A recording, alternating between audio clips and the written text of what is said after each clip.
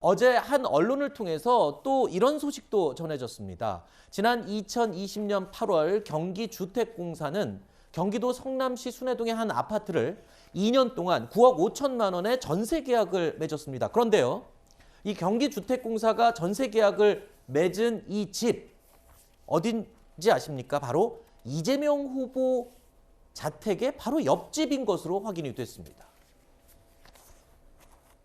경기주택공사가 이재명 후보 바로 옆집에 전세 계약을 맺었을 그 당시에 경기주택공사 사장은 리틀 이재명이라고 불리는 이재명 후보의 최측근 인물이었다는 겁니다.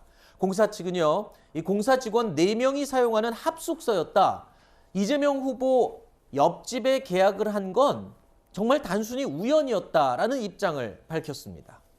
자, 국민의힘은요, 경기주택공사 합숙소가 이재명 후보 옆집에 마련됐다는 보도 내용에 대해서 불법 사전선거 운동 가능성까지 제기하고 나섰습니다. 2020년 8월부터 경기주택도시공사가 이 후보 자택 바로 옆집을 전세 계약한 사실이 드러났는데 GH 합숙소를 2020년 8월 이 후보 자택 옆으로 옮겨서 사장이 불법적으로 사용하면서 이 후보 공약 준비 등 대선 준비를 한 것이 아닌가는 합리적 의심을 하지 않을 수가 없습니다. 이들이 순회동 그림자 대선 조직으로서 은밀하게 이 후보의 대선 준비를 했고 김혜경 씨는 경기도민의 혈세로 이들을 뒷바라지한 것이 아닌가 하는 의구심이 듭니다.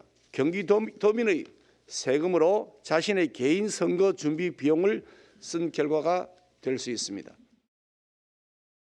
자, 일단 민주당 측에서는요, 해당 보도 내용에 대해서 금시초문이다, 처음 듣는 이야기다라고 입장을 밝히고 선을 그었습니다. 그런데 이수희 변호사님, 네. 자, 이재명 후보의 옆집에 경기주택도시공사가 합숙소로 사용을 했다. 그게 뭐가 문제가 되는 거죠? 왜 사전선거 운동이라고 지금 주장을 하는 거죠? 이제 합숙소로만 사용을 했으면 되는데 지금 그 블라인드 그 커뮤니티 카페가 있는데요. 네. 그 직원들이 그 어떤 분이 지사님 우리 그러니까 한마디로 공약은 그 이재명 당시에는 경기도지사였으니까 지사에게 그 공약은 캠프에서 만들어라. 왜 우리 GH라고 부르죠?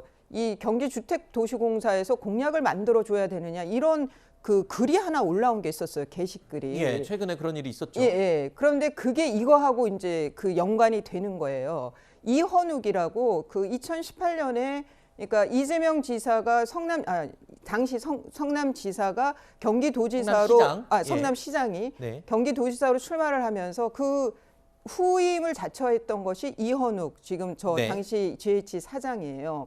그런데 그 사람이 합숙소 그러니까 그 이재명 지사의 순회동 자택 옆에 GH 돈으로 합숙소라고 해서 구해놓고 전세를 얻어놓고 거기서 이헌욱 그 사장하고 또 GH 관련된 사람들이 이재명 후보의 어떤 주택 공약, 네. 기본주택이라든가 아하. 이런 공약을 거기서 만들어줬던 거 아니냐. 그러려면 이재명 후보하고 가까이 살면서 수시로 소통하는 게 좋았을 거 아니에요. 그 용도로 사용한 거 아니냐. 네. 그러면 이재명 후보의 공약을 만들면 자기 돈으로 그런 비용을 써야 되는데 그것을 세금으로 쓴 거잖아요. 공사의 네. 합숙소가 되니까. 그래서 이것이 문제가 되는 거고 그래서 이런 문제 제기를 하는 겁니다. 그렇군요. 자, 그런데 지금 이 확인된 내용으로는 60평이 넘는 이 규모의 이 집인데 거기에 공사 직원 4명이 합숙소로 사용을 했다. 지나치게 큰 공간을 사용한 게 아니냐라는 지적도 있고요. 이 내용을 첫 보도한 언론에서는 최근에 이 불법 의전 논란으로 이 문제가 됐던 녹취록을 제공한 이 제보자 있지 않습니까? 그분이 아니 어떻게 김혜경 씨 집에 배달되는 음식이 이렇게 많은 양이 배달이 되는데 누가 도대체 다 먹는 거냐라고 의문을 제기했는데 그 부분도 연관이 되는 거 아니냐 이런 식의 또 지적을 하고 있거든요. 그러니까 의혹을 이제 제기하는 거죠. 근데 네. 실제 현재까지는 증거가 나온 건 없어요. 이수 변호사 네. 말씀하신 것처럼 이제 커뮤니티에 올린 글이 있는 건데 그 글 외에 예를 들면 거기에 배달된 증거라든지 무슨 뭐 그분들이 먹었던 뭐 녹취라든지 사진 이런 건 지금 없는 상태고 그 부인하고 있잖아요 지금.